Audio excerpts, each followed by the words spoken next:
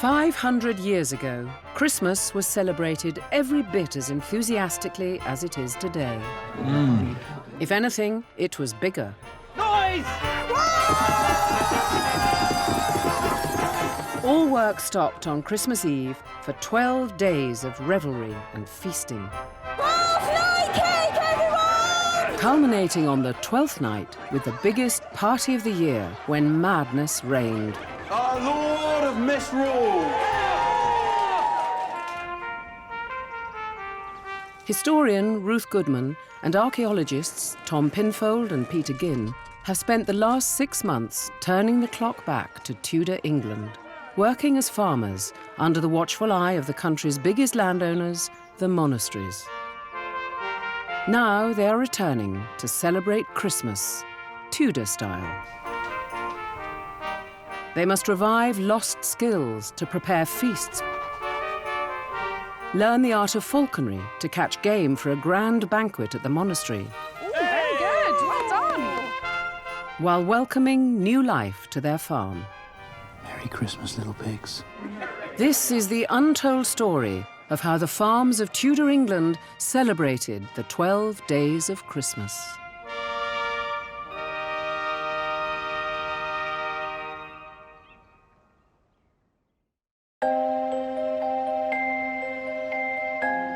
Celebrating the winter solstice is a tradition that goes back millennia.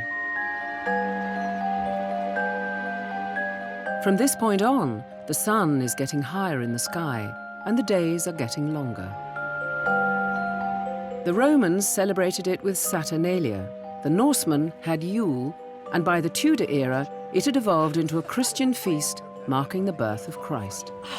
It has got that Christmas feel, don't you think? It does, but let's face it, Christmas for the Tudors was 12 days of feasting and fun. I know. Looking forward to that, but all the prep work we've got to do beforehand. I can really feel that nip in the air. Before the 12 days of Christmas came Advent. 24 days of fasting while preparing food for the feasts to come. Advent's a long time, isn't it, Tom? It is, but this is our prep time for the 12 days of Christmas, isn't it? Well, are you looking forward to it? I am. You know, there's going to be a lot of celebration, more ale. It'll Yeah. be fun, but we've still got plenty to do beforehand. During Advent, no meat, eggs or cheese were to be eaten. This was not just a religious observance, but also a chance to save food and money for the feasting ahead. Oh, don't say that, Ruth. Ruth will be slaving over a hot fire somewhere. Ship, ship, ship, ship. The teachings of the church dictated that the farmer downed his tools for the 12 days of Christmas. So it was important the animals were well stocked with fodder. Whoa, whoa. The thing is, farming, it is relentless. It is a way of life. It is continuous. And even though Christmas is coming up, the farm has to continue. Our pigs are due at any moment, and it's going to coincide with Christmas, so we just got to keep our eye on them, keep feeding them, and just make sure they're healthy. In the early 1500s, it became popular to rear pigs to sell on a commercial scale. We haven't started nesting yet. We'll keep our eyes on you, though. Keep your strength up. Pigs were the perfect animal for a Tudor farmer to breed. They not only ate pretty much anything, but provided many essential resources. Bristles to make brushes, fat to lubricate machinery, and almost every part could be eaten. I'm going to give you my big sharp knife. Neil Careswell is helping Tom butcher a pig. Right, what you need to do is follow a nice smooth line all the way behind the ear. Turkey didn't become popular until the late 18th century. The centerpiece of the Tudor Christmas dinner was the pig's head. Shall we flip it over and do the other side? OK. It was a tradition that dated back to the Anglo-Saxons. Back then, it would have been the head of a wild boar, but they were hunted to extinction in the 13th century. Now, the bit that not many people like doing is you literally just got to twist the head off. You serious? Yeah, serious. Do you want me to do it, Tom? I think it's probably best. I'm going to watch that. He says. There we go. Remarkable. Christmas dinner. Tom's taking the pig's head to Ruth, who will prepare it for the Christmas dinner. Thank Quite you. a big Let me- pig's head for you. First, the skull is removed to create a cavity that will be stuffed with meat. That's what I need to do, is to keep all the flesh and the skin in one piece, because I'm going to reform it into a pig's head without the skull. Christmas was such an important celebration that people went to extraordinary lengths for it. And you can see that this is not the sort of thing you'd want for an everyday dinner. It just takes ages. It might seem strange to us that it was a boar's head that was the Christmas dish, but I think you have to think of it in its sort of cultural context. To hunt a wild boar is a really scary thing to do. They are really feisty beasts. An adult wild male boar is a big creature, and it can easily kill a person. And if you've only got spears to hunt it with, and that's what they used, then it takes a real degree of courage.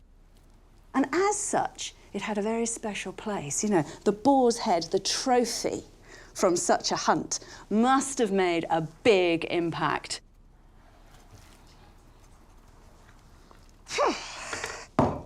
That's the skull, and there's my pig's head. Next, the head must be pickled. So I've got a blend of ale vinegars, Aylgar, and herbs, mostly bay leaf, and a little bit of mustard seed. And I just press it under the pickle and leave it till Christmas gets a little bit closer and I'm ready for the next stage.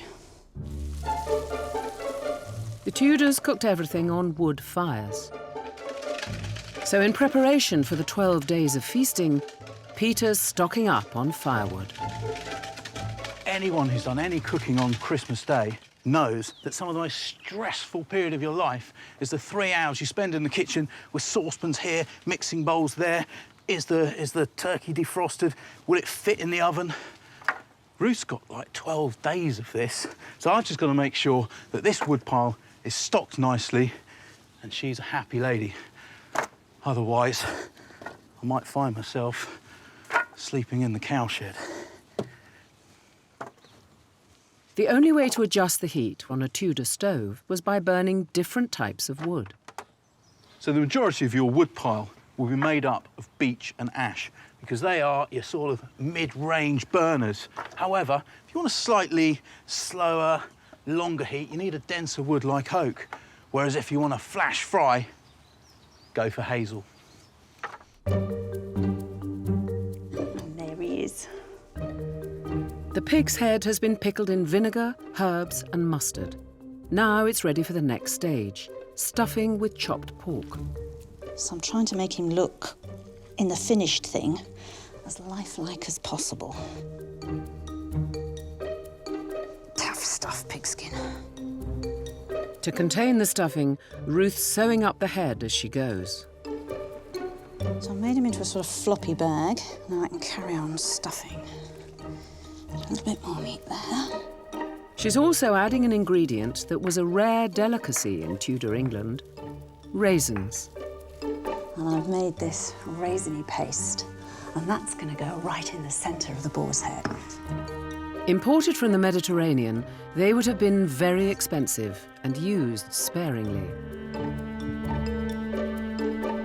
Once stuffed and sewn up, the entire head is wrapped in cloth to hold it together, ready for cooking.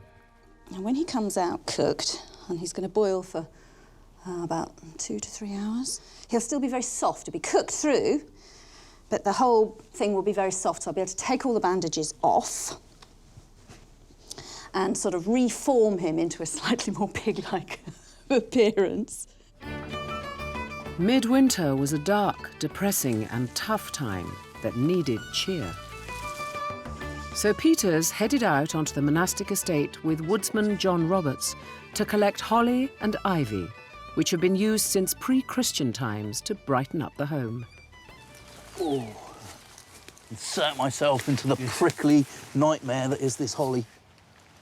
In pagan customs, holly was associated with the sun god, whose birth was celebrated on the 25th of December, a date later adopted by Christians as the birthday of Christ.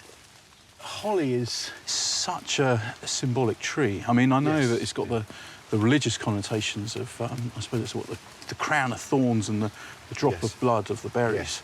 But it's also got much older pagan connotations. It's a very male plant, isn't it? Yes, yes. They always said in their sort of the later Middle Ages that you went to look at the decorations in the house and there was more ivy than holly, and ivy was considered female. It was a house where the woman wore the breeches. We're going to have a lot of ivy, I think.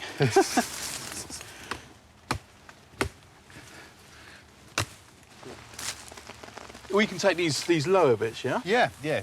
They're definitely wood rather than timber. When you say wood rather than timber, you mean there's a difference? There is, yes. Size matters. Anything over 24 inches in circumference was timber, and that definitely belonged to the landowner. You wanted that, you had to buy it off him. And below that size, it's wood, which, as a tenant of the landlord, you were allowed to gather. How far up do we want to go? Well, I should think to decorate the whole of the farmhouse, you're going to need a good ox cart load. Do you think we need to climb? We might need to, yes.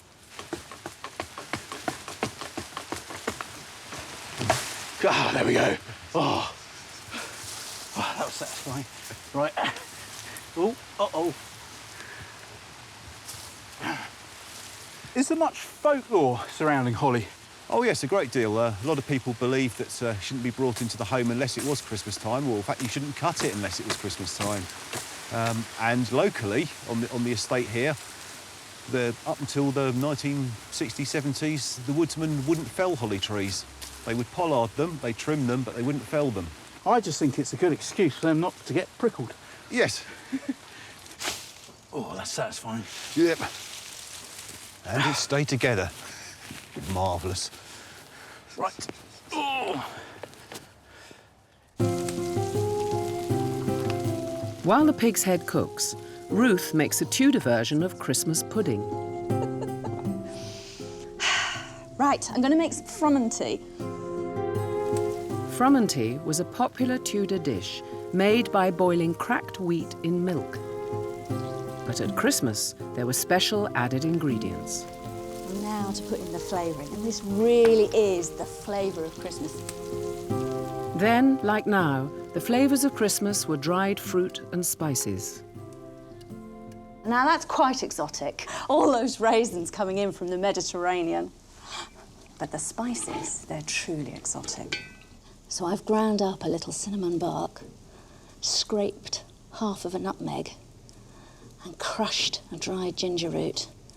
These had travelled such a distance to get here, halfway around the world, traded hand to hand by one merchant to the next, to the next, and the next. But that's why people wanted them at Christmas. They're just that hint of the luxury of the aristocracy and the royalty. They're a taste reminder of the best, the most expensive experience that you could have in Tudor Britain. Decorating the house at midwinter is a tradition that goes back millennia. So Peter and Tom are making a Christmas crown to hang from the ceiling of their farmhouse. That's good. Yeah. I like it. Although there are records of huge decorated crowns, there are no surviving instructions as to how they were made. But yeah, I was thinking arching, weaving. So the boys are experimenting. Could snap at any moment. Oh! I hate this crown. Already, I hate this crown. So we've realised that to keep the tension in these vertical rods, we need to actually weight down the middle, and that way it'll be a lot easier to weave in and out. Refuse to be beaten. And if you are going to be beaten, it's not going to be by something like this. They're reinforcing the crown by weaving hazel around the rim, using fence-building skills that every Tudor farmer would have known. This is just like wattlework or basketry. I suppose this is a giant basket. And as we build up, say, 6 inches, we'll have a very, very solid structure. Although this seems over-engineered, if you think about a Tudor farmstead, you think about a Tudor cottage, it's a huge open space because you've got a fire in the middle of the room. And in order to fill that with greenery, you need something on this scale. suspended, and it'll be a fixture, a centrepiece. And there are records of people doing this. Not just, oh, some people did this. This was a very, very common thing.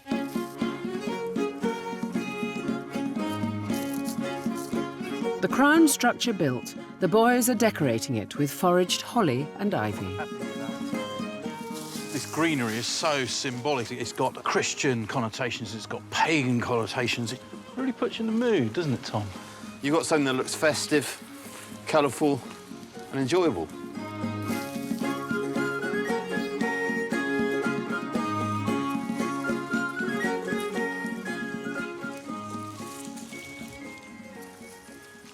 This is our Christmas crown. It's a celebration of colour and Christmas, mate. Should we get it inside? I think so. The Tudor equivalent of the mince pie was the shred pie. As well as containing the familiar dried fruit, cinnamon, ginger and nutmeg, there was originally another essential ingredient: meat.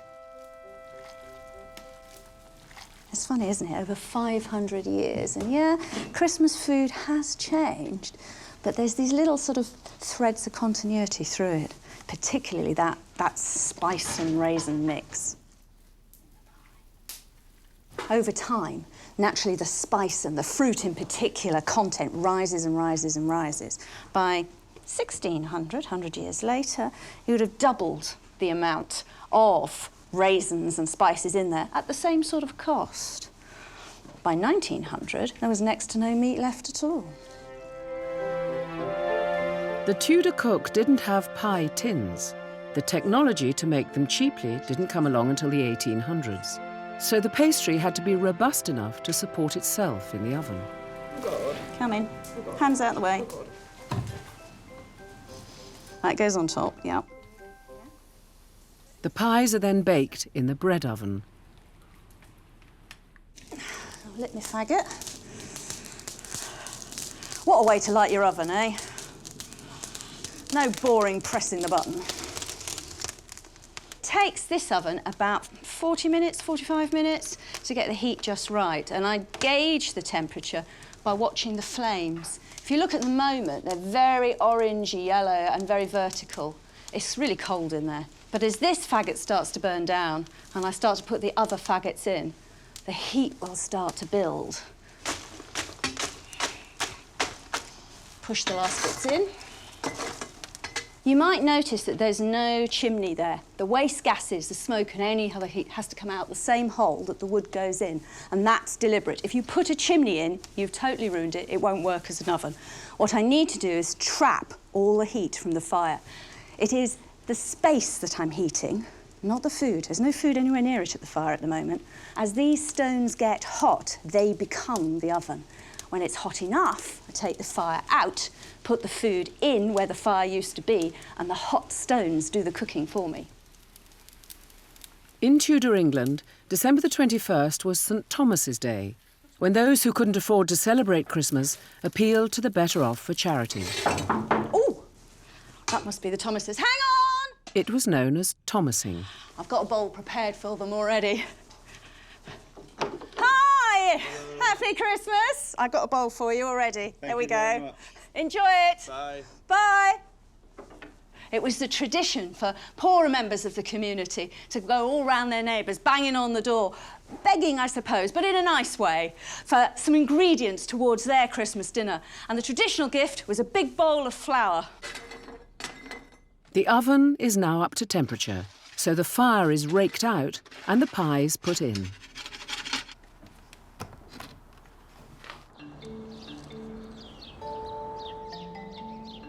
Christmas Eve was the last working day before the holidays began.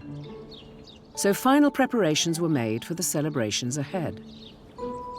The boys are moving their crown into the farmhouse. But it appears they've made a rather unfortunate miscalculation. What do we do? Look, just tilt it. Yeah, OK. I'll go low. I'm humouring you. It's not even going to fit in sideways, Tom. In. In. Right. Cut the strings? No, you say no. But I Go for it, go for it. Promise you. Ruth said no string. There's obviously a reason why they didn't use string in the construction of these things. Yeah, we're losing some hazel down here. Oh, are we? Yeah.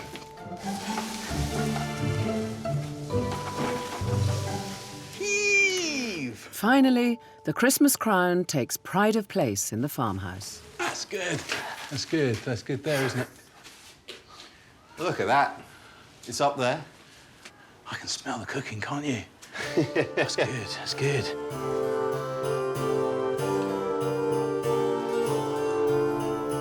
In the kitchen, the finishing touches are being applied to the Christmas Day feast. Ruth's decorated the stuffed pig's head. There's also pork and ham from the pig, frumenty, shred pies, peas pudding, pickled salads, and a Tudor favourite, leech, made from milk set in gelatin. Peter's even made some festive candles. Apart from the fact I've waxed my fingers to the wick, that's a splendid candle.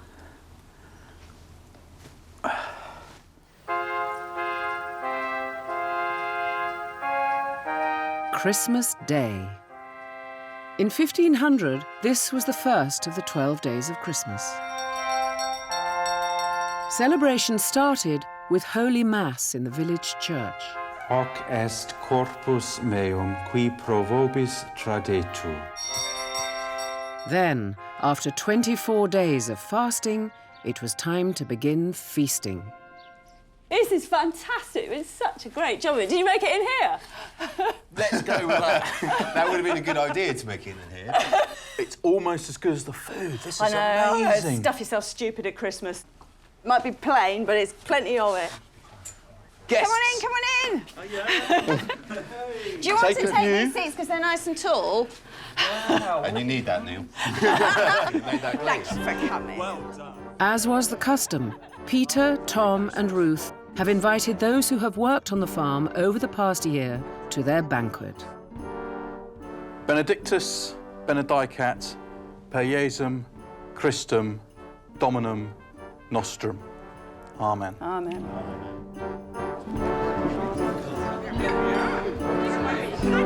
Meals this extravagant, with so much meat, would have been a once-a-year treat for most ordinary people. Really good. According to Tudor theory of food digestion, the pork being the closest to the human body is the thing that gives the most nutrient. But unfortunately, it can sometimes overwhelm your system. Right. So if you eat too much pig and pork and your system isn't up to it, it can all go horribly wrong. You can get yourself very ill. Yeah. So you line the base of your stomach with things particularly like a pottage, and then you put the grosser meats on top, and then you close it all off with cheese. You know, modern dining technique still follows that same medieval digestion, that we still have soup, followed by red meat, followed by the sort of pudding-y things, and then finish with cheese.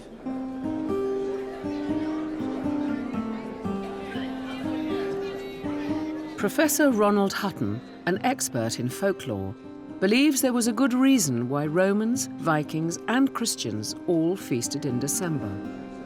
All over ancient Europe, midwinter is a time for celebration.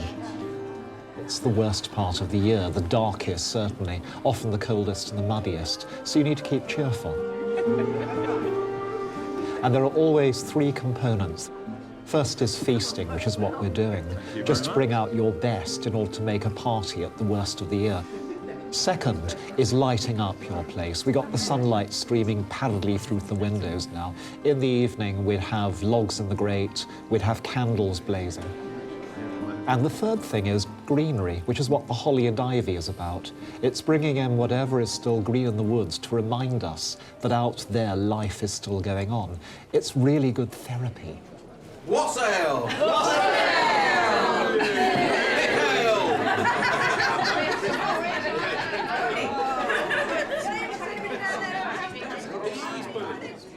Nowadays, Christmas Day is the culmination of the festive season.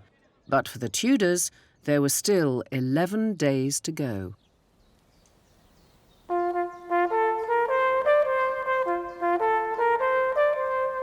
The second day of Christmas, now called Boxing Day, was the feast of St. Stephen. For farmers, although no work was done in the fields, there were still the animals to check on. How many of you are there? In the pig pen, there are some new arrivals. And we're doing minimal farming for the 12 days of Christmas, but we're still checking on our animals.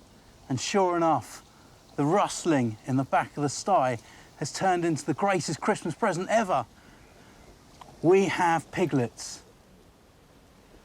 I mean, they're almost pure breed Tamworth. They have been crossed with another breed, which hopefully will make them quite hardy. And I mean, not only are the piglets healthy and running around, but also the mothers, they've come out of the sty as well, because, you know, if they take to their beds for too long, it could be an indicator of a much more serious illness, maybe something like farrowing flu, which is a killer. But no, they're good, which means the piglets are good. God, look what you've done with the place. You made it all muddy.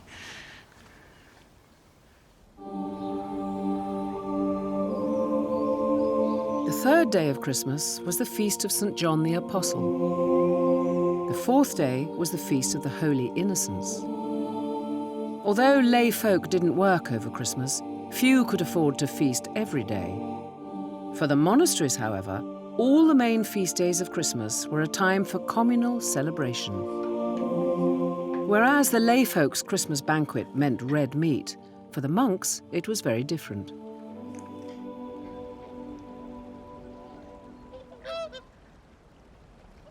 Christmas was a time of feasting for everyone in society. You ate as much as you could afford to eat, and that implied right across the board. But in the monasteries, there was still just a little hint of a nod towards the austerity of an ascetic life. Too much red meat stimulated virility. And for monks, and indeed nuns, that was something of a problem. So the feasting that went on within the monasteries over Christmas tended to be much more towards the poultry. Swans were quite regularly part of people's poultry yards. They were kept alongside the geese and the ducks. If we're going to help the monks to have a really great Christmas, we're going to need to be supplying them with a huge volume of poultry. Today, swans are a protected species in England, so cannot be killed for food. But Tudor monasteries would have raised them especially for the table, along with geese, ducks, and chicken. These were complemented by wild game like pheasant, partridge, and woodcock. But catching game in an age without shotguns was not easy. Falcons were deployed to intercept birds in the air and bring them to the ground. This is exactly the kind of bird that would have been used for specialist fowling, yes. Emma and Mike Raphael are teaching Ruth and Tom the art of falconry. There were two types of falconer: aristocratic amateurs who practiced it as a sport, and professionals who captured game for the dinner table. You are amazing. And how on earth do you get a bird to do this for you? You cannot train a bird of prey. It's not got the mental aptitude to be trained. So when you're out hunting, it's hunting actually for itself. You're more witnessing what's going on and hopefully managing to do that in an enclosed area whereby when the bird has caught something, you can make in, swap it for what it's caught. What it's caught goes in your bag for your table, and then you give it some different food on the glove to get the bird up to the glove. She'll actually never know who I am. So she'll never actually come back to me. So there'll never be any bond between bird and man. There might be between man and bird, but not from bird to man. It's one of these things. It's one of these things with females that you love them to bits, but there's nothing back. Nothing back whatsoever. Not sure what he's trying to say there. Although falcons cannot be trained, their hunting instincts can be controlled using a hood. Ben Long makes leather hoods for falcons, which can be quickly removed when the bird is required to hunt. It's not like sewing, it's more of an engineering project, really.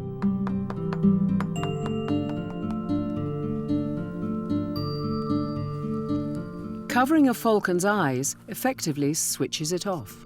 So what did they do before they actually had the hoods for the falcons? Ah, well, this is a strange one. They sewed their eyelids up. Now, that sounds awful. It was called sealing, and it was 4 little silk stitches on the bottom eyelid, pulled up, tied nicely over the head. But as soon as the training commenced, that was taken away. But in fact, although it sounds barbaric, it, of course, was the nearest thing that they'd got to being humane. Because these are birds that only react to things. So when the hood is on, there's nothing to react to, and therefore you're sort of switched off. And so if we can put the hood on and switch the bird off, switch the bird on when we want, the training and everything about the thing becomes easier. With their eyes covered, falcons could be safely transported to the hunt on a frame known as a cadge. If you just lift up the 2 bars and stand up. The cadge was carried by a boy or young man known as a cadger. And how comfortable does that feel? I'd be more comfortable. It's like being surrounded by 4 samurai warriors. I'm going to start moving if they go crazy. Yeah, obviously, I'm yeah. working on technique. I'm in attendance. Just going to level you up a bit. I feel like I'm at some kind of finishing school. I should have a book on my head. Let's try and keep it as steady as possible. Although this was a menial job, it was an important one, as the cadger was responsible for valuable cargo. Yeah, the punishments for damaging birds were quite severe, weren't they? Well, yes, stealing or damaging, very chopping severe. off hands and that Well, kind of thing. there's even talk of, you know, things like carving meat off your chest and feeding it to the bird that got injured or stolen. Falcons must get accustomed to being handled by humans and learn to respond to food. Then the hood comes off, and then he should see the lure and let him go. Your job is to shout ho, which will get his attention. Ho! Young birds are encouraged to fly from one falconer to another, lured by a piece of meat. Next, they must practice flying free. You only get 1 shot at this, right? So it's got to be spot on. A lure, meat on the end of a string, is thrown up to get the falcon used to catching game. When you think that they've got the distance right, the speed of the bird right, and this is all going on inside your head, you shout ho, and then you throw it up in the air, and the bird takes it. Like that. Could go wrong. As simple as that. It's as easy as that.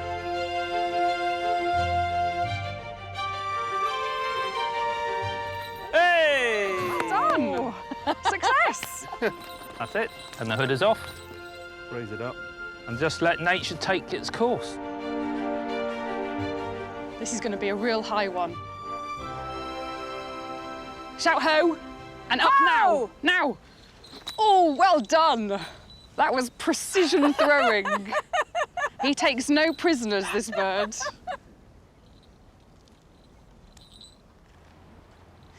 The game birds caught by falcons were taken to the monastery's kitchen to be prepared for the table. Ruth and Tom are joining kitchen staff who, unlike farmers, worked throughout Christmas. When you're roasting you as well, you want skin to stay whole, so when you're plucking, you don't want to tear it if you can avoid it. Ah. Well... So it's got to look as nice as it's going to taste? It's got to look as nice as it can taste. This is the expensive meat, the posh meat, rather than chicken. You know, you think, so it's all this work for these tiny little birds. Yeah. But that's the point. People want to show off the whole bird, and they want it to turn up on the table in a recognisable form. So with the beak and heads... Oh, everything on? As much on as possible, so that when it turns up to table, you know, they're going to go, oh, yes, well, you know, so my falcon brought down those woodcock. You know, that's the point, and it symbolises something that the rest of us can only pluck for somebody else.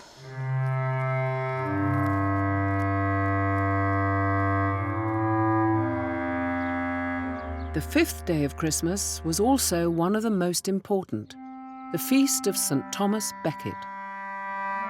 Becket was the Archbishop of Canterbury murdered during Christmas 1170, after challenging the king's authority over the church.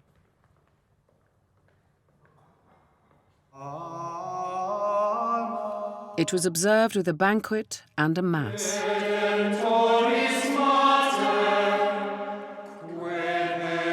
The choir is performing a Christmas antiphon, the precursor to a modern hymn. Professor James Clark explains its origins. This has evolved over centuries of medieval Christian worship, and in the reign of Henry VII, it's really reaching its high point.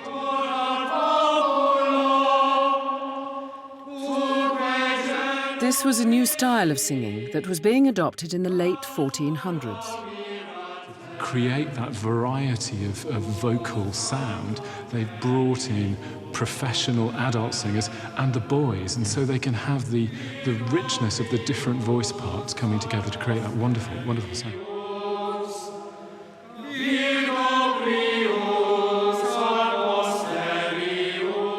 It's a real assault on the senses. You've got the music, you've got the candles, a building like this.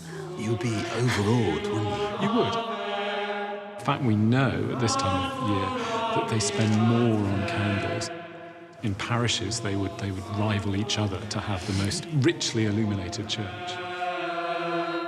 And the monks would hope that everybody witnessing this sensory experience would be transported towards a sense of the divine. And of course, that's what they're aiming for at this particular time of year.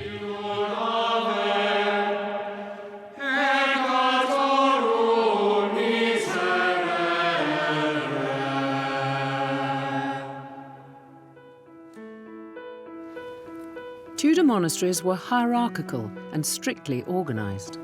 Right, boys, it's the time of year when we have to choose a boy bishop.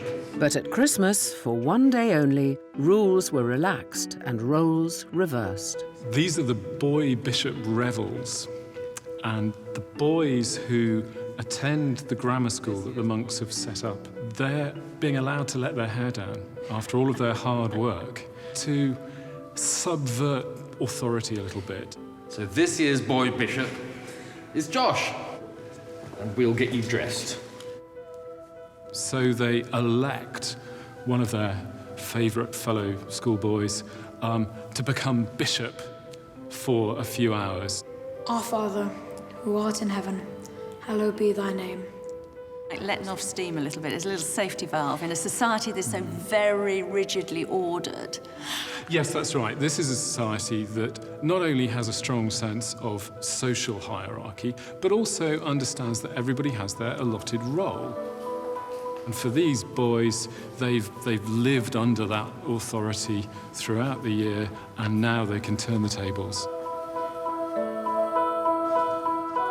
Role reversal at Christmas happened throughout Tudor society.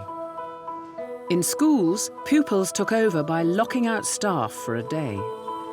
And even the aristocracy got in on the act, allowing a peasant to take charge of the celebrations. In the kitchens, final preparations are being made for the monks' banquet.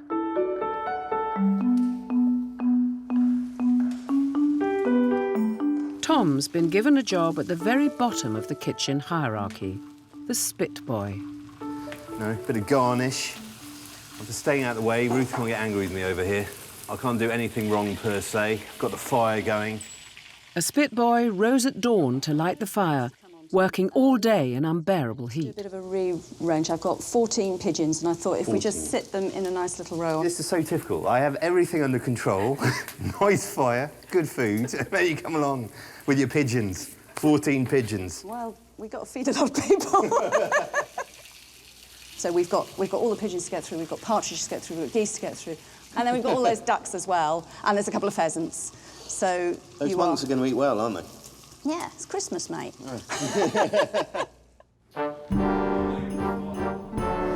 In the refectory, the feast is served. The centrepiece of the banquet was a magnificent swan pie. Once the meat was removed and put in the pie, the swan's feathers were stuffed and placed on top. Swan was one of the most expensive and luxurious dishes, so a show was made of its presentation.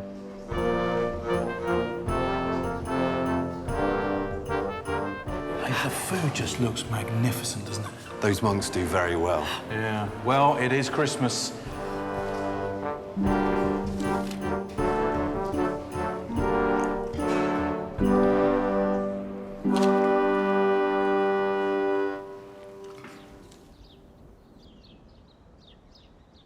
The seventh day of Christmas was New Year's Eve.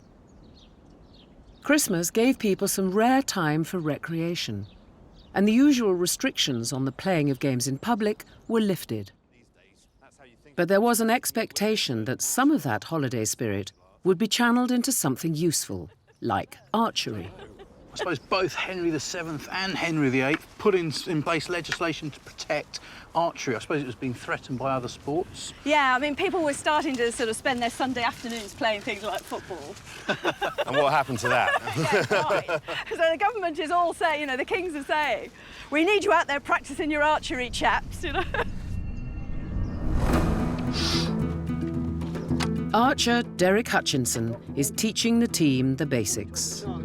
So at this short range, you've got to put the point below the target. One smooth motion, get there and just let go. Smooth and controlled. Go. Look at that. So this is something that every boy and every man up and down the country had to do every Sunday. That's it, and you wouldn't want to be at that end of it. Men aged between 17 and 60 had to practice archery after church. The entire British armed forces depended upon men like you. And every boy in the land was expected to have a bow and arrows. And we get you so used to the idea that fighting is done by professional soldiers, but it just wasn't. There were no such people at this date. It is ordinary farming people who, if the call goes up, you're supposed to turn out. Archery practice would take place in open spaces where targets known as butts were set up. Derek has organised a competition for the team. Closest arrow to the red flag wins. Go, more. Another inch, go. There. Don't panic about it. Whoa. Tudor longbows had a draw weight of up to 170 pounds. They're in line with the flag and they're beyond. To the right. That's 3 times that of a modern bow. So how far can one of these go then? If something like this can get that far, then a really the good big archer. John's big one will go about 220 yards. 220 yards. And the record for longbows, self-wood longbows, is over 300 easily. That's a and long that's way. with a proper heavy arrow.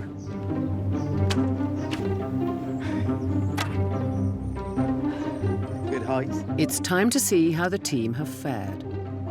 Look at this one. No! What? No! That is 2 and a bit metres. You know the worst thing? Everyone will think that we just put that arrow there for the sake of TV.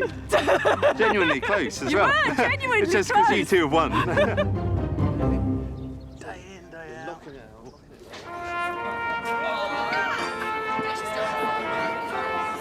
The 8th day of Christmas was New Year's Day, another opportunity for revelry.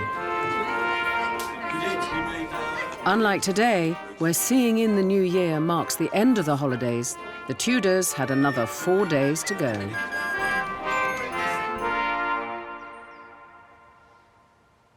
But the biggest party was saved until the very end, on the 12th night, the 5th of January.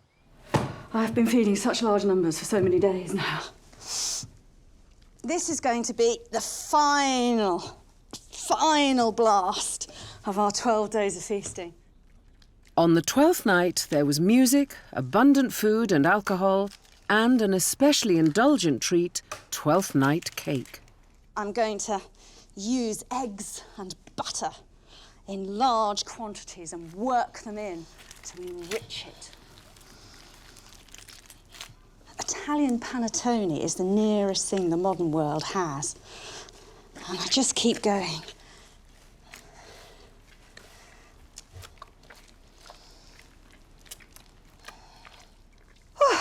Now I start with the flavours. So we're back on the Christmas flavours. Handful of raisins. We're getting a bit low on raisins, so I thought we'd have some nuts in this one as well. Plenty of hazelnuts. The last little bits of my spice I've been saving. There's one more addition to the cake, a precursor to the sixpence that Victorians put in their Christmas puddings. One tiny little lonely dried pea. So a little pea goes in the middle there, and whoever finds that pea will be our Lord of Misrule for the night. The Lord of Misrule would lead the celebrations. Like the boy bishop, He represented role reversal and subverting normal social order. For a few hours, a peasant would have permission to order his master about. The Lord of Misrule would dress as a king, and Peter's putting together a costume for the occasion. First, he's making a crown out of felt, a fabric produced by matting wool fibres together. Felt is such an amazing material. It's perhaps one of the oldest fabrics known to man, and that is essentially my inspiration for making a crown for the Lord of Misrule. Layers of sheep's fleece are laid down with their fibres at opposing angles. Got some red dye in there.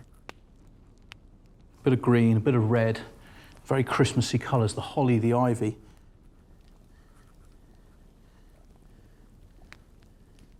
Wisp this over the top, like a woolen mist through which our Christmas colours will glow. Boiling water and soap are poured onto the wool. Then Peter agitates it. Hot potato. Oh, geez, that's hot. Ah! There's got to be an easier way to do this. Necessity is the mother of invention, as they say. This agitation interconnects the fibres into a solid mass. The scales are opening up, they're locking together, they're closing again, so it's virtually impossible to unfelt felt. Right, so I think this is ready for the next stage of agitation. I just want to keep working those fibres. This is going to be very, very similar to, I suppose, a party hat you might get in a cracker. Perfect accoutrement to the Lord of Misrule.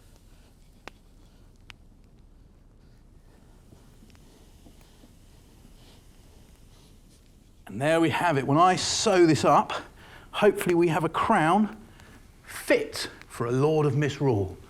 Right, chaos! No one else here. Right.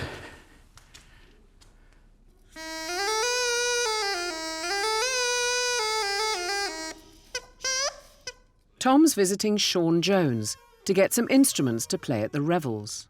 In an age without recorded music, singing, dancing and playing instruments were essential ingredients of a Tudor Christmas party.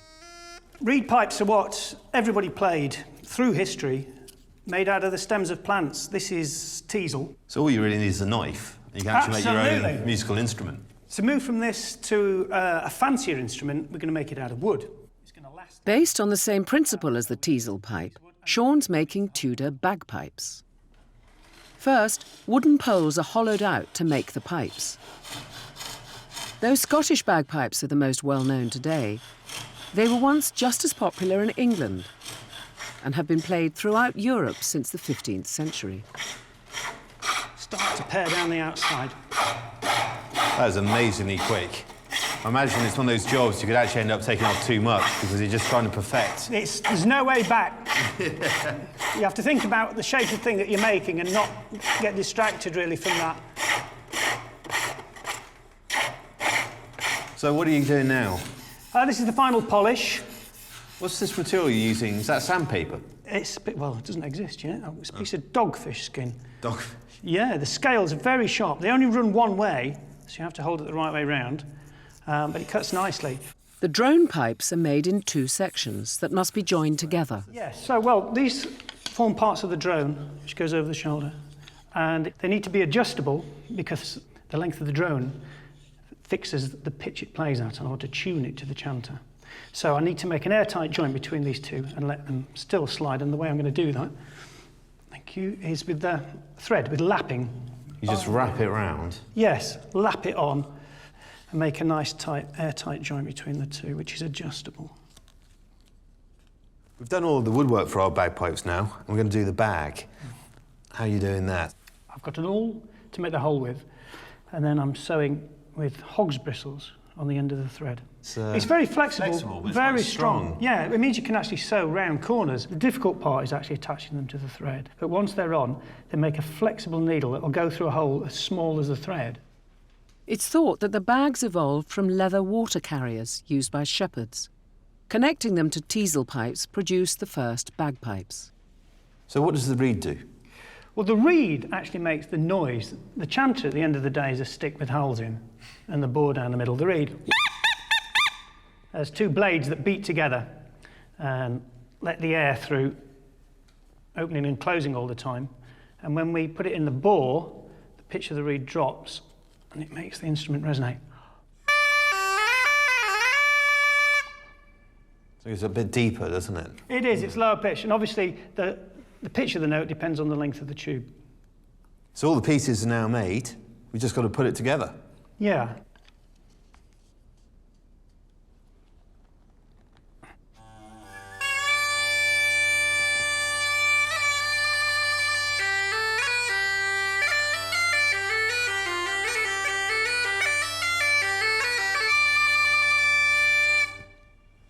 Brilliant.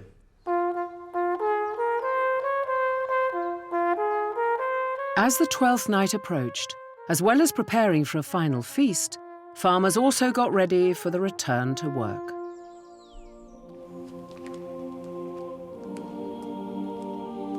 To ensure a bountiful harvest, farmers asked the monastery to bless a relic of a saint and parade it across their land. Professor James Clark has come to explain the ritual. So what would we as tenants be hoping this would achieve for us? You would hope that because of the presence of the relic, there would be a charge of the spiritual power that would ensure good farming year, the right climate for crops to grow and for the livestock to thrive. You bring the relic and crops grow. It's almost like a magic amulet. Yes, that's right, that there is a sense in which this, again, is a tangible link to something that is very intangible, something that is charged with a kind of supernatural air, and there would be hope amongst the onlookers that something supernatural would happen here.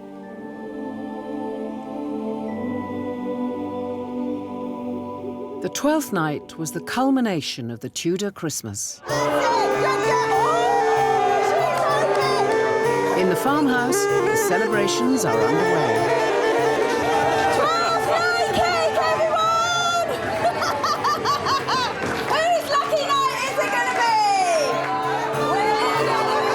With abundant food and drink consumed, it's time to select a Lord of Misrule for the evening. Who's got the pea? Who's got the pea? Who?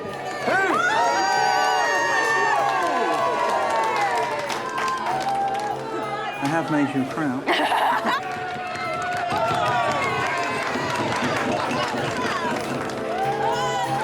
And we have our Lord of Misrule! For most of the year, you must toil. Tonight, you may make festivity. I proclaim misrule.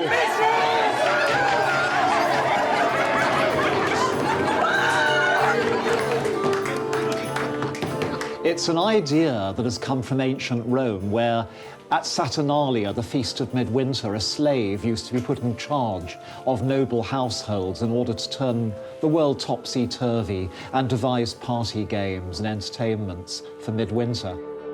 The Lord of Misrule has called for a game to be played. And then one more. The egg game was a Tudor favourite. An egg was tossed back and forth as the players moved further apart. The first to drop it lost.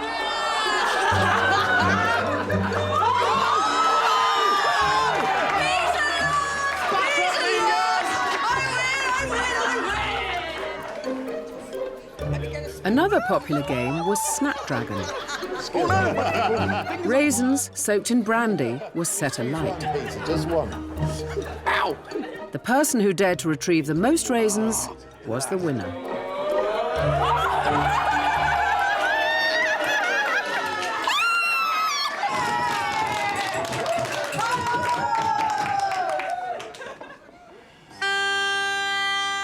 Next, the revellers would head out carol singing, known as wassailing, accompanied by the bagpipes.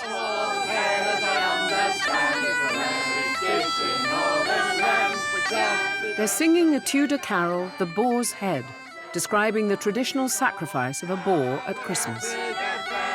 Carols are something that first comes to the fore in the 14th and 15th century, and their heyday is just about now.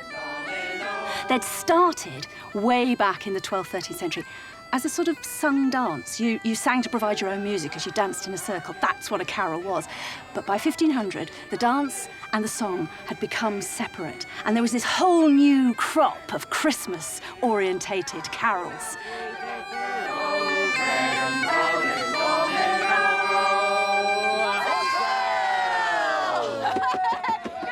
We Wish You a Merry Christmas, Ding Dong Merrily on High, In Dulci Jubilo, and the Coventry Carol all have their roots in this period. Wassailers moved from house to house, receiving food and drink in exchange for goodwill. I'll tell you what, those bagpipes sound fantastic. Yeah, I know, they are absolutely perfect, although I can't hear them over your triangle. I know. I'm not sure that's music.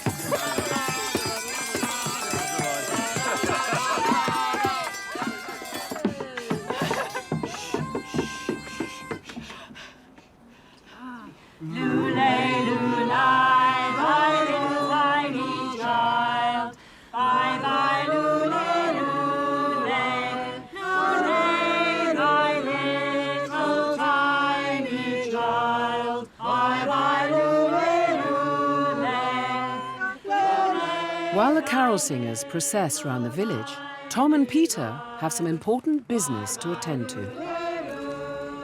Even though it's Christmas, you've got to think about the smallest members of the farm.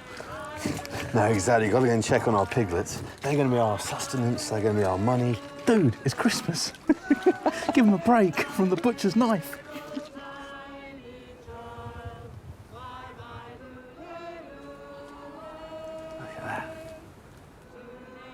All snuggled together with their mums. We're happy, they're happy. Feel quite content. Merry Christmas, little pigs. We'll see you in the morning.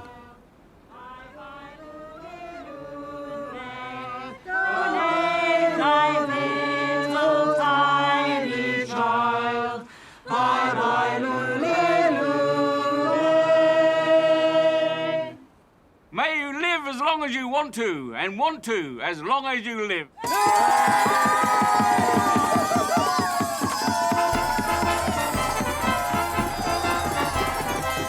The Tudor farmer would make the most of this last night of revelry. As the next day, it was back to work.